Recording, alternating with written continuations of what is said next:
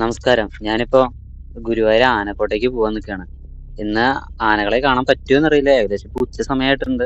ഇനി അവിടുത്തെ entry time, ആനകളെ കാണാനുള്ള സമയം ഇതൊക്കെ എപ്പഴാണെന്ന് അറിയില്ല. എന്തായാലും പോയി നോക്കാം. ആനകളെ കാണാൻ പറ്റിയെങ്കിൽ ഭാഗ്യം. അങ്ങനെ ഞാൻ ഗുരുവായൂർ ആനക്കോട്ടയിലെത്തി. ഇവിടെ 20 രൂപയാണ് ടിക്കറ്റിന് ഫീസ് ഉള്ളത്. അപ്പോൾ ടിക്കറ്റ് കൊടുത്ത് അതിൻ്റെ അകത്തേക്ക് കയറി. ആദ്യം തന്നെ കണ്ടത് ഒരു പെണ്ണാനേനെയാണ്. ആനനെ നടത്തിക്കൊണ്ട് വരുന്നതാണ് കാണുന്നത്. ഏകദേശം ഒരു ഉച്ച കഴിഞ്ഞ സമയമാകുമ്പോൾ വൈകുന്നേരത്തെ നടത്തത്തിന് കൊണ്ടുപോയതാണെന്ന് തോന്നുന്നു. എന്തായാലും നല്ല ഭംഗിയുണ്ട് ആനേനെ കാണാൻ വേണ്ടിയിട്ട്. രണ്ട് കാലിലും ചങ്ങലൊക്കെ ആയിട്ട് ആനേനെ നടത്തിക്കൊണ്ട് പോകുന്നതാണ് ഉള്ളത്. ആനക്കോട്ടയിൽ അത്യാവശ്യം സന്ദർശകരൊക്കെ ഉണ്ടായിരുന്ന ഒരു സമയമായിരുന്നു അത്. കൊള്ളാം, അടിപൊളി സ്ഥലമായിട്ടുണ്ട്. നല്ല രീതിയിൽ പാതകളൊക്കെ പണി കഴിപ്പിച്ചിട്ടുണ്ട്. ഇത് ഇവിടുത്തെ ഒരു ഭദ്രകാളി ക്ഷേത്രമാണ് കേട്ടോ. ഇവിടേക്ക് ഞാൻ പണിക്ക് വന്നിട്ടുണ്ട്. ഇപ്പോഴൊന്നുമല്ല, കുറേ വർഷങ്ങൾക്ക് മുന്നേ. അതാണ് കോട്ട. അങ്ങോട്ടൊക്കെ വരാം.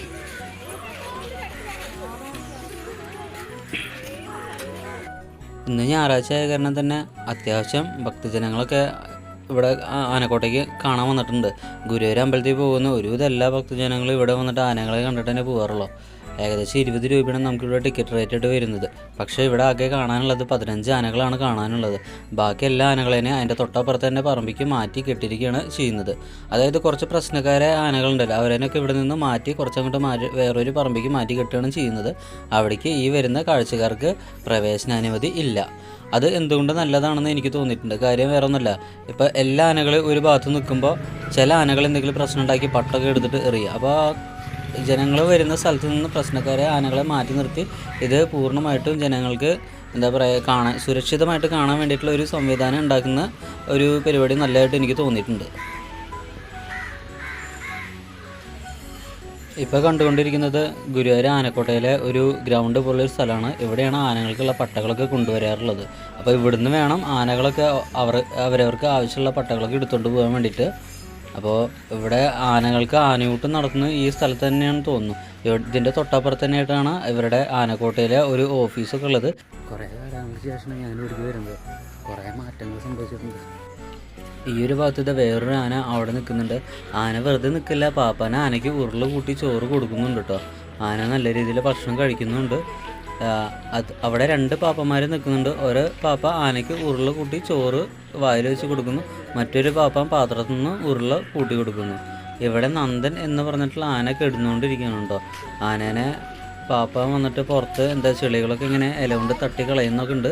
ആന കുറച്ച് നേരം എണീക്കാൻ നോക്കുന്നുണ്ട്. അപ്പോൾ അവിടെ കിടന്നു എന്ന് പറഞ്ഞിട്ട് പാപ്പ വീണ്ടും തട്ടുന്നുണ്ട്. എന്തോ ആനേനെ അവിടെ കെടുത്തിയിട്ട് അവിടെ വൃത്തിയാക്കാനുള്ളൊരു പരിപാടിയെങ്കിലും തോന്നുന്നു. ആനയുടെ കാലൊക്കെ കഴുകുന്നത് കണ്ടു. ഏഷ്യയിലെ ഏറ്റവും ഭാരമുള്ളൊരു ആനയാണ് നന്ദനാന എന്ന് പറഞ്ഞിട്ടുള്ളത്.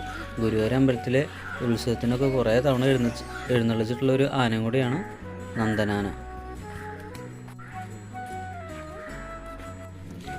ഈയിടെയായിട്ട് ഗുരുവായൂർ അമ്പലത്തിലെ ആനകളുടെ ഏക്കത്തുക വർദ്ധിപ്പിച്ചിട്ടുണ്ട്. അപ്പോൾ കുറച്ച് നാൾ മുന്നേ അതിൻ്റെ ലിസ്റ്റൊക്കെ പുറത്ത് വന്നിരുന്നു കേട്ടോ.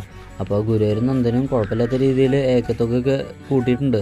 ഗുരുവായൂർ നന്ദനാന അമ്പലത്തിലെ ഉത്സവങ്ങൾക്ക് മാത്രമല്ല, പുറത്തുള്ള എഴുന്നള്ളിപ്പുകൾക്കും അവിടെ നിന്ന് പറഞ്ഞു വിടാറൊക്കെ ഉണ്ട്. ഈ കാണുന്നത് ആനേനെ അവിടെ കെട്ടി കൂട്ടിലിടുന്ന ഒരു കൂടാണ്. പണ്ട് കാലത്ത് ഞാൻ വന്നപ്പോൾ ഈ കൂടിൻ്റെ ഉള്ളിൽ ഒരു ആനേനെ നിർത്തി ഇട്ടിരിക്കുന്നത് കണ്ടിട്ടുണ്ടായിരുന്നു. പക്ഷേ ഇപ്പം അങ്ങനെ ഈ കൂടിൻ്റെ ഉള്ളിലേക്ക് അങ്ങനെ ആനേനെ കയറ്റാറില്ല തോന്നുന്നു. കാരണം കൂടിൻ്റെ അവസ്ഥ കാണുമ്പോൾ തന്നെ നമുക്കറിയാം അവിടെ കൂടിൻ്റെ ഉള്ളിലേക്ക് ആനേനെ കേട്ടിട്ട് കാലം കുറേ ആയി എന്നുള്ളത്. ഇവിടെ ഒരു ആനേനെ അവർ കൊണ്ടുവരുന്നുണ്ട്. അവിടെ ഭക്ഷണം കൊടുക്കാൻ വേണ്ടി കൊണ്ടുപോയതായിരിക്കും. എന്തായാലും നല്ല ഭംഗിയുണ്ട് ആനേനെ കാണാൻ വേണ്ടിയിട്ട് കേട്ടോ.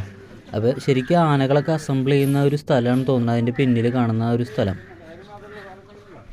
ഞാൻ ഈ ഭാഗത്ത് എത്തിയപ്പോൾ ഞാൻ ആദ്യം ആ സെക്യൂരിറ്റിയുടെ അടുത്ത് ചോദിച്ചത് ഗുരുവായൂർ ദാമോദർദാസ് എന്ന് പറഞ്ഞിട്ട് ആന ഉണ്ടോ എന്നുള്ളതാണ് ചോദിച്ചത്.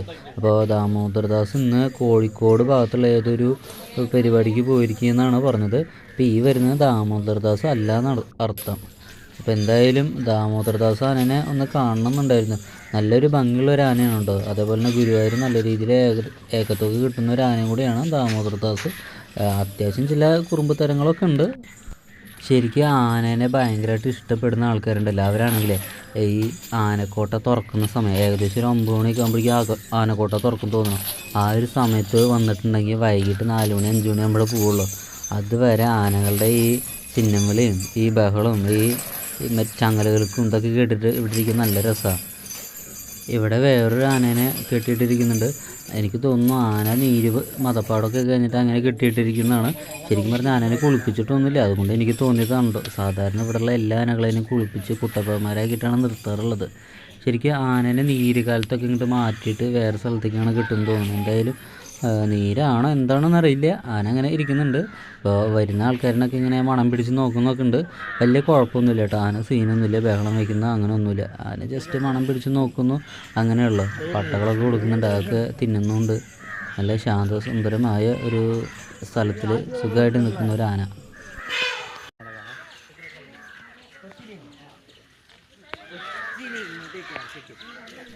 എനിക്ക് തോന്നുന്നു ഈ ആനക്കോട്ടയിൽ വരുന്ന സ്ത്രീകളും കുട്ടികളാണ് കൂടുതലും വരുന്നതെന്ന് തോന്നുന്നു. ഇപ്പോൾ കുട്ടികളേനായിട്ടാണ് വരുന്നുണ്ടെങ്കിൽ കുട്ടികൾക്കൊക്കെ ഭയങ്കര ഉത്സാഹമാണ് ആനയുടെ കൂടെ നിൽക്കാനും ആനയുടെ കൂടെ ഫോട്ടോ എടുക്കാനും.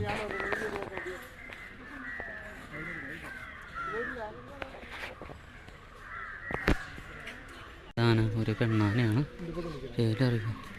ഈ വരുന്ന ആനയുടെ പേരാണ് നന്ദിനി എന്ന് പറഞ്ഞിട്ടുള്ളത്. ശരിക്കും ഇത് പ്രായമായിട്ട് ഇതിൻ്റെ സർവീസിൽ നിന്ന് അത് റിട്ടയറായി തോന്നുന്നു. കാരണം അത്രയും പ്രായമായിട്ടുണ്ട്. ഏകദേശം 28 വർഷത്തോളം ഗുരുവായൂർ ഉത്സവത്തിന് പള്ളിവേട്ടയ്ക്ക് പങ്കെടുത്തിട്ടുള്ള ആന കൂടിയാണ്. 2 തവണ അങ്ങോട്ട് തോന്നുന്നു ഈ ആന ആനയോട്ടത്തിൽ വിജയിച്ചിട്ടുണ്ട്. ഈ ആനനെ ശ്രദ്ധിച്ച് നോക്കൂ. ആനയ്ക്ക് കാലിൽ വേറെ എവിടെ ചങ്ങലില്ല കേട്ടോ.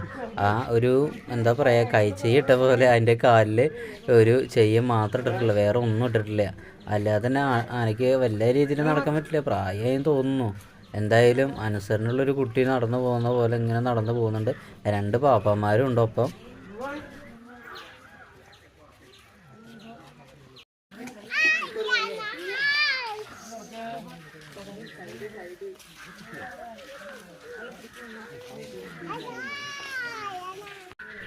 ഈ നിൽക്കുന്ന ആനേനെ മനസ്സിലായി, ഇതാണ് ഗുരുവായൂർ രാജശേഖരൻ എന്ന് പറഞ്ഞിട്ടുള്ള ആന. ഏകദേശം ഒരു 10-15 കൊല്ലത്തോളം ഈ ആന ഇവിടെ കെട്ടിത്തെരുവിൽ നിൽക്കുന്നുണ്ടായിരുന്നു. കുറച്ച് കില്ലാടിയായിരുന്നു ആന, അതുകൊണ്ട് തന്നെയാണ്. പിന്നെ അതിന് ശേഷം ഈ ബൈജു എന്ന് പറഞ്ഞ പാപ്പനൊക്കെ വന്നതിന് ശേഷം ആനേനെ അയച്ചത്. പിന്നെ ഇപ്പോൾ പൂര എഴുന്നള്ളുകൾക്കൊക്കെ കൊണ്ടുപോയി തുടങ്ങിയിട്ടുണ്ട്. ഇപ്പോൾ 2-3 കൊല്ലമായി തോന്നുന്നു. ഇപ്പോൾ ആനയ്ക്ക് അത്യാവശ്യം നല്ല ഫാൻസ് ഉണ്ട്. എന്താ റോക്കി ബായ് എന്നൊക്കെയാണ് ആനയെ പറയുന്നത്. ആനേനെയാണോ പാപ്പാനെയാണോ റോക്കി ബായ് എന്ന് വിളിക്കണമെന്ന് അറിയില്ല. എന്തായാലും നല്ല കില്ലാടി ആനയാണ്, നല്ല രീതിയിൽ തല പൊക്കി നിൽക്കുന്നുണ്ട്. ഇപ്പോൾ നടക്കുന്ന പൂരങ്ങൾക്കൊക്കെ ഈ ആനേനെ കൊണ്ടുപോകുന്നുണ്ട്. ഇപ്പോൾ ഈ കഴിഞ്ഞിട്ടുള്ള മങ്ങാട് കോട്ടിയാട്ടുമുക്ക് പൂരത്തിന് ഈ ആന വന്നിട്ടുണ്ടായിരുന്നു. നല്ല രീതിയിൽ തല പൊക്കി പിടിക്കുന്നൊക്കെ ഉണ്ടായിരുന്നു. അപ്പോൾ അതിൻ്റെയൊക്കെ വീഡിയോ എടുത്ത് ഞാൻ എൻ്റെ ചാനലിൽ ഇട്ടിട്ടുണ്ട്. അപ്പോൾ നിങ്ങളത് കാണാൻ മറക്കരുത് കേട്ടോ. അപ്പോൾ അതൊക്കെ കണ്ടോളൂ. അപ്പോൾ ഞാൻ ഈ കുന്നോളം ഭാഗത്തുള്ള ഒരുവിധം പൂരങ്ങൾക്കൊക്കെ പോയിട്ട് വീഡിയോസൊക്കെ എടുത്തിട്ട് അങ്ങനെ ഇടാറുണ്ട്. അപ്പോൾ അധികം ആൾക്കാരൊന്നും കാണാറില്ല. കണ്ടു നോക്കുകയാണെങ്കിൽ നിങ്ങൾക്ക് അപ്പോൾ ഒരു പൂരത്തിൻ്റെ ഇതൊക്കെ നിങ്ങൾക്ക് കാണാൻ സാധിക്കും.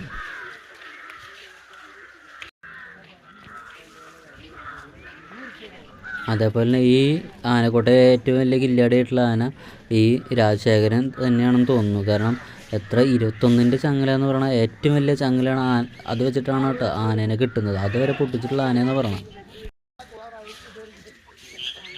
ഇവിടെ വേറെ 2 ആനകളിങ്ങനെ നിൽക്കുന്നുണ്ട് കേട്ടോ. ഇപ്പോൾ ഇവിടെ ആനകൾക്കൊക്കെ കുറേ കൂടുകളൊക്കെ പണിതിട്ടുണ്ട്. പണ്ടൊന്നും ഇങ്ങനെ കൂടുകളൊന്നും പണിതിട്ടുണ്ടായിരുന്നില്ല.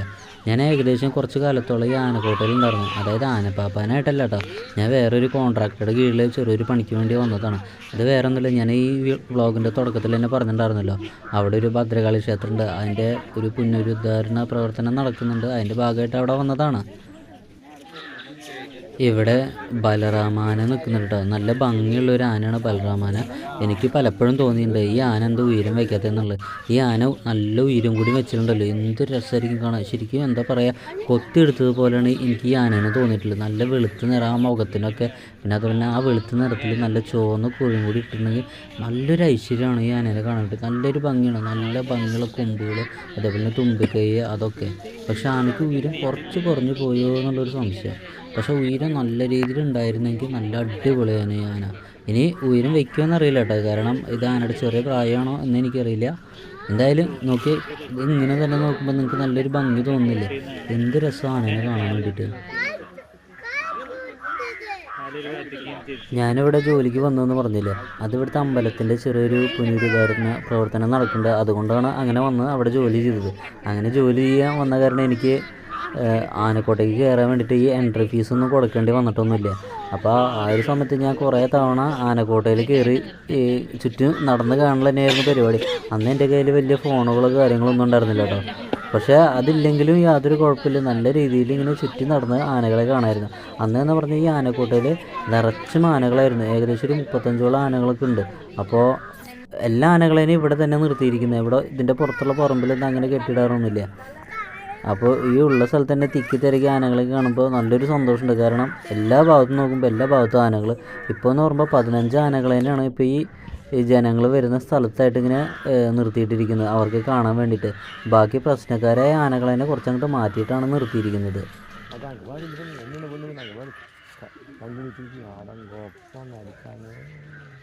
ആനകളെ നോക്കി നിൽക്കണ ഇങ്ങനെ നേരം പോകുന്നത് നമ്മളറിയില്ല. ഇങ്ങനെ നോക്കി നിന്നുകൊണ്ടേ പോകും. ഈ ആന ഇങ്ങനെ നിൽക്കുന്നുണ്ട് വെച്ചാൽ ആനയ്ക്ക് വിശക്കുന്നുണ്ട്. അതിന് പട്ടയൊന്നും ഇട്ട് കൊടുത്തിട്ടില്ല, പട്ട ഉള്ളതൊക്കെ തീർന്നു, അതുകൊണ്ടാണ് കേട്ടോ. ഈ ആനയുടെ തൊട്ടപ്പുറത്തായിട്ട് വേറൊരു ആന നിൽക്കുന്നുണ്ട്. മോഴാനയാണ്, എനിക്ക് തോന്നുന്നു അത് മോഴ ബാലകൃഷ്ണനാണെന്നാണ് തോന്നുന്നത്. ഇപ്പോൾ ഗുരുവായൂർ അമ്പലത്തിലെ വിളക്കിനൊക്കെ ബാലകൃഷ്ണനെ എഴുന്നള്ളിപ്പിക്കുന്നുണ്ട്, നല്ല വെപ്പ് കൊമ്പൊക്കെ വെച്ചിട്ട്. അപ്പോൾ ആ ഒരു സമയത്ത് ആ ബാലകൃഷ്ണനെ കാണാൻ നല്ല ഭംഗിയാണ് കേട്ടോ.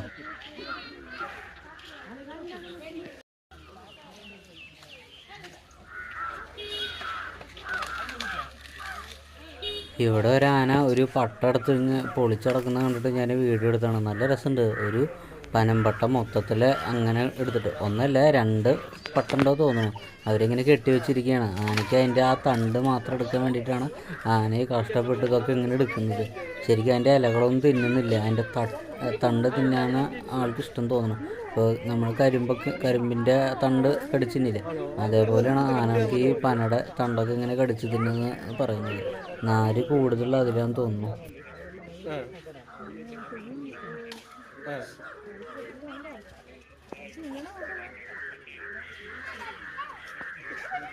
ഈ കാണുന്നതിൻ്റെ നേരെ പിന്നിലായിട്ടാണ് മറ്റാനകളെ പാർപ്പിച്ചിരിക്കുന്ന സ്ഥലം കേട്ടോ. അതായത് വേറൊരു പറമ്പ് ഇതിൽ തൊട്ടപ്പുറത്ത് തന്നെ.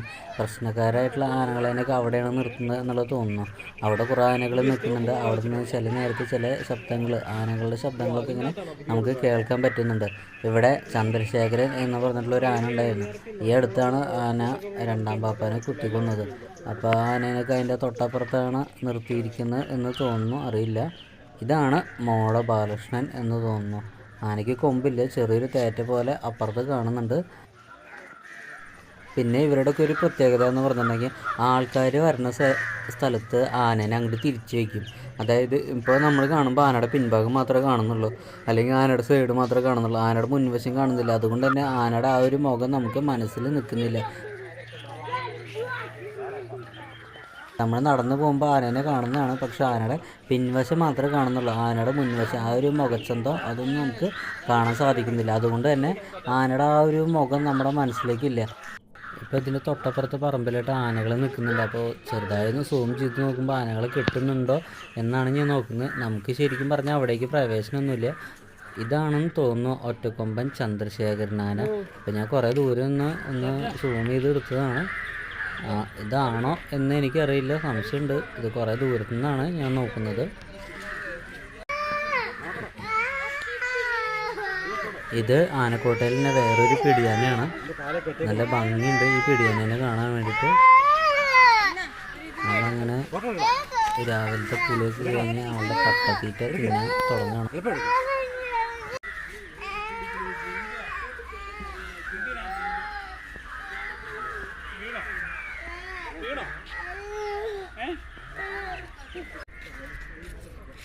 ഇവിടെ ആനക്കോട്ടയിൽ തന്നെ വേറൊരു അമ്പലം കൂടി ഉണ്ട്. ഇത് ശിവക്ഷേത്രമാണ്.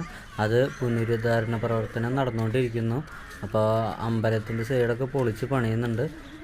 ഈ ഒരു അമ്പലത്തേക്ക് ഞാൻ പണിക്ക് വന്നിട്ടില്ല. ഇതിൻ്റെ തൊട്ടപ്പുറത്തുള്ള ഒരു അമ്പലത്തേക്കായിരുന്നു ഞാൻ പണിക്ക് വന്നത്.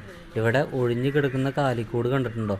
ഇതിലൊരു കൂട്ടിൽ കാലുകൊണ്ട് വയ്യാത്തൊരു ആന നിൽക്കുന്നുണ്ടായിരുന്നു. മുകുന്ദൻ എന്നാണ് ആനയുടെ പേരുണ്ടായിരുന്നത്. ആന ചെരിഞ്ഞു പോയിട്ടോ. നല്ല വികൃതിയുള്ള ഒരു ആനയായിരുന്നു എന്നാണ് പറയുന്നത്. ഇപ്പോൾ ഞാനൊരു ഇൻ്റർവ്യൂവിൽ കണ്ടിട്ടുണ്ടായിരുന്നു. ഇവിടെ രാജശേഖരൻ ആനയുടെ പാപ്പാൻ്റെ അച്ഛൻ ആ ഒരു ആന കാരണമാണ് മരണപ്പെട്ട് എന്ന് ഞാൻ കേട്ടിട്ടുണ്ട്. ശരിയാണോ എന്നറിയില്ല. ഈ ആന നിൽക്കുന്നുണ്ട്, അങ്ങോട്ട് തിരിഞ്ഞിട്ടാണ് നിൽക്കുന്നത്. ആനയുടെ മുഖം നമുക്ക് പരിചയമില്ല, കാണാൻ പറ്റുന്നില്ല. ആ ആനേനൊക്കെ ഇങ്ങോട്ട് തിരിച്ച് നിർത്തേണ്ടായിരുന്നു, എന്നാലല്ലേ നമുക്ക് ശരിക്കും കാണാൻ പറ്റുള്ളൂ. പിന്നെ അതേപോലെ എനിക്കിവിടെ പോരായ്മയായിട്ട് തോന്നിയിട്ടുള്ള എന്താ വെച്ചാൽ ആനയുടെ പേരുകളൊന്നും ഇവിടെ പ്രദർശിപ്പിക്കുന്നില്ല. ഇപ്പോൾ ഈ ആനയുടെ പേരുകളൊക്കെ ഇവിടെ പ്രദർശിപ്പിക്കുന്നുണ്ട്. ഈ ആന ഏതാണെന്ന് മനസ്സിലായ? നേരത്തെ നമ്മൾ വരുമ്പോൾ നടന്നു വന്നിരുന്ന ആനയാണ്, നന്ദിനി എന്ന പേരുള്ള ആന. ഇവിടെ നന്ദിനിയുടെ ഫോട്ടോ അതേപോലെ തന്നെ പേര് ഇതൊക്കെ വെച്ചിട്ടുണ്ട്. അതുപോലെ തന്നെ എല്ലാ ആനകളുടെയും അടുത്ത് ആ ആനയുടെ ഫോട്ടോ, അതേപോലെ ആനയുടെ പ്രായം, ആനയുടെ എന്താ പറയുക നടക്കിയിരുത്തിയ ആളുടെ എത്ര വയസ്സുണ്ട്, എന്തൊക്കെ പരിപാടികളിൽ ആന പങ്കെടുത്തിട്ടുണ്ട്, അങ്ങനെ ഒരു ബയോ അങ്ങനെ പ്രദർശിപ്പിക്കുകയാണെങ്കിൽ ഈ വരുന്ന ആനകൾക്ക് ആനകളെ പെട്ടെന്ന് മനസ്സിലാക്കാനും ഒക്കെ സാധിക്കും.